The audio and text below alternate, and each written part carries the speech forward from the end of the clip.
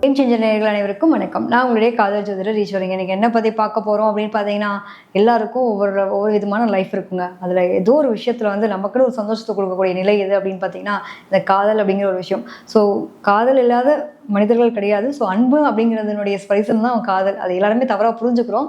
So அந்த காதல் நம்மளோட லைஃப்பில் என்ன மாதிரி இருக்க போகுது, எனக்கு காதலாக இருக்க போதா மோதலாக இருக்க போதா அப்படிங்கிறத பற்றின ஒரு விளக்கமான பதிவு தான் பார்த்துட்டு வரோம். இன்னைக்கு பார்த்தோம் அப்படின்னா துலாம் ராசியில் பிறந்த உங்களுடைய காதல் வாழ்க்கை எப்படி இருக்க போகுது அப்படிங்கிறத தெரிஞ்சுக்க போகிறோம்.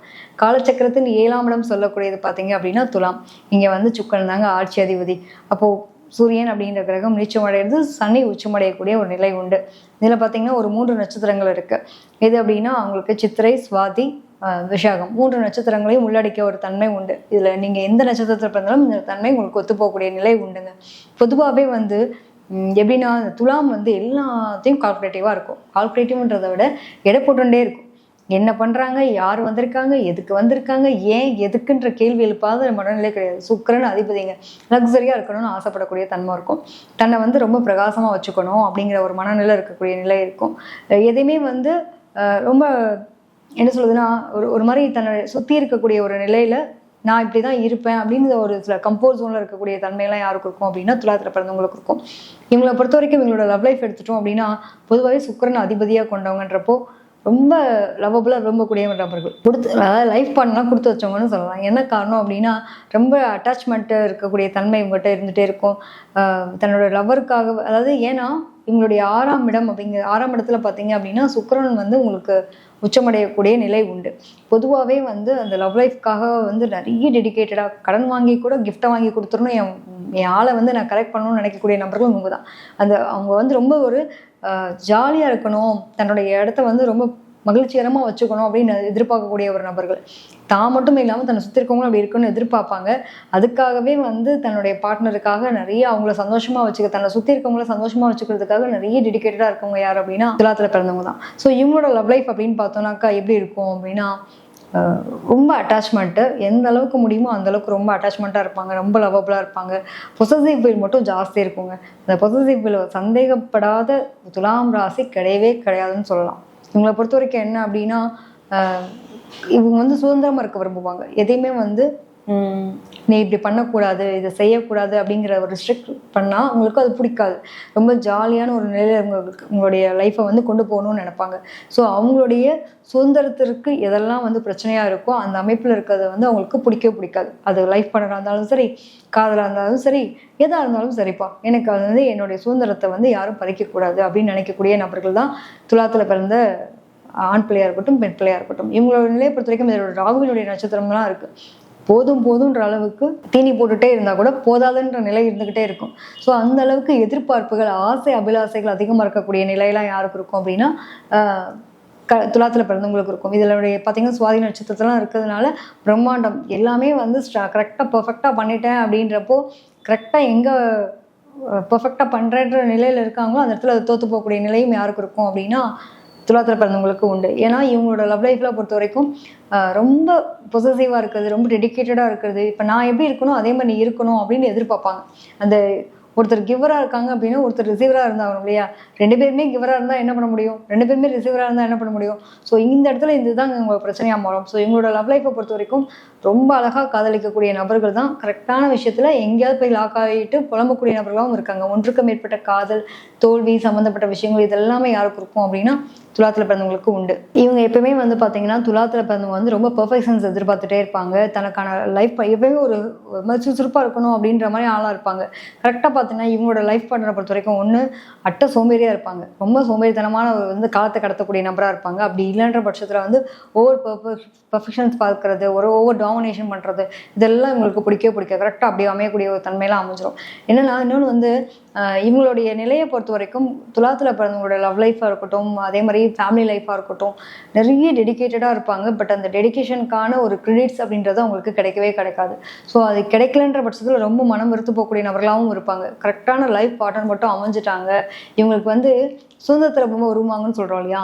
ஸோ இவங்களோட லவ் லைஃப்பை பொறுத்த வரைக்கும் எப்படி அப்படின்னா ரொம்ப ரொமான்டிக்காக ஒரு வந்து லவபுளாக இருக்கக்கூடிய கப்பலாக இருப்பாங்க. இது என்னன்னா சின்ன விஷயத்துக்கெல்லாம் வந்து அவங்கள சந்தோஷப்படுத்துகிற மாதிரியான வார்த்தைகள் பேசணும்னு எதிர்பார்ப்பாங்க, டைம் ஸ்பெண்ட் பண்ணணும்னு எதிர்பார்ப்பாங்க. அதே மாதிரி கிஃப்ட் கொடுக்குறது, கிஃப்ட்டை வந்து பரிமாறிக்கிறது, சின்ன சின்ன விஷயத்துக்கு வந்து சந்தோஷப்படுறது மாதிரியான ஒரு சூழ்நிலை உருவாக்குறது.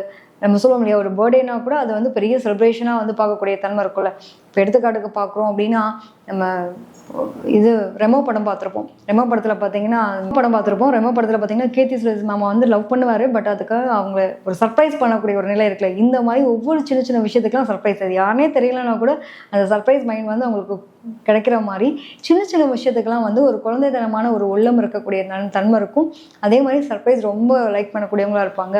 நிறைய என்னதான் வந்து ரொம்ப திறமையான ஆளாக இருக்காங்க, ஒரு கம்பெனியே நிர்வாகம் பண்ணுறாங்க அப்படின்னா கூட அதை தாண்டி அவங்ககிட்டயும் அந்த குழந்தைத்தன்மையான நிலை இருக்கும். சின்ன சின்ன விஷயத்துலலாம் சந்தோஷப்படக்கூடிய நிலைன்றதையும் அவங்க பார்ட்னர்கிட்ட இருந்து எதிர்பார்க்கக்கூடிய தன்மை இருக்கும். ஸோ இவங்களை பொறுத்த வரைக்கும் என்ன அப்படின்னா, துலாத்தை பொறுத்த வரைக்கும் எல்லாத்தையும் எடப்படுவாங்க. ஆசை அபிலாசை, என்னோட அப்பா, ஏன்னா சூரிய நீச்சம், என்னோட அப்பாவோட அன்பை கொடுத்து அந்த பொண்ணு கொடுக்குறா. என்னோட அப்பாவினுடைய எப்படிலாம் என்னை வழிநடத்தி போவாரோ அது மாதிரி என்னை பொண்டாட்டி தான் இப்போ எல்லாமே பார்த்துக்கிறா அப்படிங்கிற மாதிரி ஒரு பையனாக இருக்கட்டும் பொண்ணாக இருக்கட்டும், எனக்கு என்னோட பார்ட்னர் தாங்க எல்லாமே அப்படின்னு சொல்கிற அளவுக்கு அவங்களோட லவ் லைஃப் அமைஞ்சது, அவங்களோட பார்ட்னர் அமைஞ்சிட்டாங்கன்னா இவங்களுடைய காதல் மோதல்லாம் வராதுங்க. காதல் வந்து தெய்வீக காதலாக இருக்கக்கூடிய அமைப்பு இருக்குங்க. அந்த அளவுக்கு எக்ஸ்ட்ரீமான ஒரு நல்ல லவ்வபிள் கப்பலாகவும் இருப்பாங்க. மேட் ஃபார் ஈச் அதர் கப்பலாக இருக்கக்கூடிய தன்மையும் இருக்கும். ஒரு எக்ஸ்ட்ரீம் பார்த்தோம் அப்படின்னா, எக்ஸ்ட்ரீமான லவ் லைஃப்பில் மாட்டி பிரச்சனைக்கு சந்திச்சு இல்லாத கேடித்தனம் பண்ணக்கூடிய ஆளும் நம்ம தான். எல்லா விதத்துலையுமே நல்ல உண்மையாக இருந்து தெய்வீக ஆற்றலில் இருந்து தன்னுடைய இவ்வளோதாண்டா வாழ்க்கைன்னா இவ்வளோதான் அப்படின்ற அளவுக்கு ரொம்ப யூனிக்கான பர்சனாக வந்து ஃபீல் பண்ணுற அளவுக்கு ஒரு அட்டாச்மெண்ட் கொடுப்பாங்கள்ல, அதுவுமே யார் அப்படின்னா துலாத்தில் பிறந்தவங்களுக்கு 2 விதமான தன்மை இருக்குங்க. எக்ஸ்ட்ரீமான லவ் லைஃப்பில் இல்லாத கேடித்தனம் பண்ணக்கூடிய ஆட்களும் உண்டு. எக்ஸ்ட்ரீமான லவ் லைஃப்பில் போயிட்டு அவங்களுக்காகவே தன்னோட வாழ்க்கை தியாகம் பண்ணக்கூடிய ஆட்களும் உண்டு. தேவதாசும் இருக்காங்க, வேறு மாதிரியான ஆளும் உள்ள இருக்காங்க அப்படின்றத நீங்கள் முடிவு பண்ணிக்கணும். ஸோ கரெக்டான லைஃப் பார்ட்னர் சூஸ் பண்ணாங்க அப்படின்னா இவங்கள மாதிரி கொடுத்து வச்சவங்க யாருமே இல்லைன்னு சொல்லலாம். தன்னோட லவ்வருக்காகவோ தன்னோட குடும்பத்தை தூக்கி போகிறதுக்கும் தயாராக இருப்பாங்க. அதாவது தன்னோட குடும்பத்துக்காக தன்னுடைய வாழ்க்கையை தியாகம் பண்ணக்கூடிய நபர்களாகவும் இருக்கிறவங்க யார் அப்படின்னா துலாத்தில் பிறந்தவங்க. இவங்களை பொறுத்த வரைக்கும் என்னென்னா, அந்த பெர்ஃபெக்ஷன்ஸ் எதிர்பார்க்காம அவங்கள வந்து கண்ட்ரோல் பண்ணாமல் இருந்தாங்க அப்படின்னா அவங்களுக்கு ரொம்ப சூப்பராக இருக்கக்கூடிய ஒரு லவ் லைஃப் அமையுங்க. அதே மாதிரி அட்வைஸ் பண்ணால் பிடிக்காது, சுதந்திரமாக இருக்கணும்னு விரும்புவாங்க. ஸோ சுதந்திரத்தை தடை பண்ணக்கூடிய நபர்களாக கூட பார்ட்னர் அமைஞ்சாங்கனாலும் கஷ்டம். இவங்களை பொறுத்த வரைக்கும் என்ன அப்படின்னா, இவங்களுக்கு 6, 8, 12 இருக்கக்கூடிய ராசிகள் நட்சத்திரத்தில் இருக்கவங்க வந்து கூட பயணிச்சாங்க அப்படின்னா டெஃபினட்டாக இஷ்யூஸ் வர்றதுக்கான வாய்ப்புகள் இருக்குது. ஸோ கரெக்டான லைஃப் பார்ட்னரை சூஸ் பண்ணுங்கள். நான் உண்மையே சொல்வேன், இருக்கிறதே ரொம்ப கொடுத்து வச்சவங்க யார் அப்படின்றப்போ துலாமத்தெலாம் வந்து நீங்கள் ஒரு லைஃப் பார்ட்னராக செலக்ட் பண்ணுறீங்க, ரிஷபத்தை லைஃப் பார்ட்னராக செலக்ட் பண்ணுறீங்க அப்படின்னா நீங்களாம் கொடுத்து வச்சவங்க சொல்லலாம். 24/7 தன்னோட இடத்தையும் சரி தன்னை சுற்றி இருக்கவங்களையும் ஒரு வசீகர தோட்டத்தோடையும் சந்தோஷத்தையும் வச்சுக்கக்கூடிய நபர்களாக இருப்பாங்க. ஸோ இவங்களுக்கு கரெக்டான லைஃப் பார்ட்னர் மட்டும் அமைஞ்சிட்டா அவங்கள மாதிரி கொடுத்து வச்சவங்க யாருமே கிடையாது. ஸோ காதல் அப்படிங்கிற விஷயத்த வந்து வெறும் மோகமாக மட்டும் பார்க்காம மோகத்தை தாண்டி உணர்வுகள் சார்ந்த ஒரு உள்ளம் உங்கள்கிட்ட இருக்குன்றதை ப்ரூவ் பண்ணீங்க அப்படின்னா உங்களோட லவ் லைஃப் தாங்க இருக்கிறதுலே வந்து வேர்ல்டஸ்ட் ரொம்ப அழகான ஒரு காதல் வாழ்க்கை எல்லாருமே போற்றப்படக்கூடிய ஒரு நிலையில் இருக்கக்கூடிய தெய்வீக காதலாக இருக்கக்கூடிய அமைப்பு உண்டு. ஸோ கரெக்டான பார்ட்னரை சூஸ் பண்ணுங்கள்.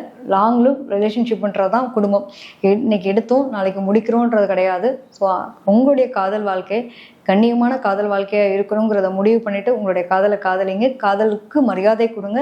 காதல்களுடைய நிலையை வந்து புரிஞ்சுட்டு வாழ்க்கையை ஆரம்பிச்சிங்க அப்படின்னா ரொம்ப சூப்பராக இருக்கும். ஸோ இன்ன வரைக்கும் நான் சொன்ன பதிவுகள் துலாம் ராசியில் பிறந்த உங்களுக்கு எந்த அளவுக்கு ஒத்து போகுதுன்றதை பார்த்துட்டு நீங்கள் கமெண்ட்டில் போடலாம். மேம் நீங்கள் இந்த பதிவை பற்றி பேசுனீங்கன்னா நல்லாயிருக்கும் அப்படின்னு நீங்கள் நினைக்கிறீங்கனாலும் அதையும் கமெண்ட்டில் போடுங்க.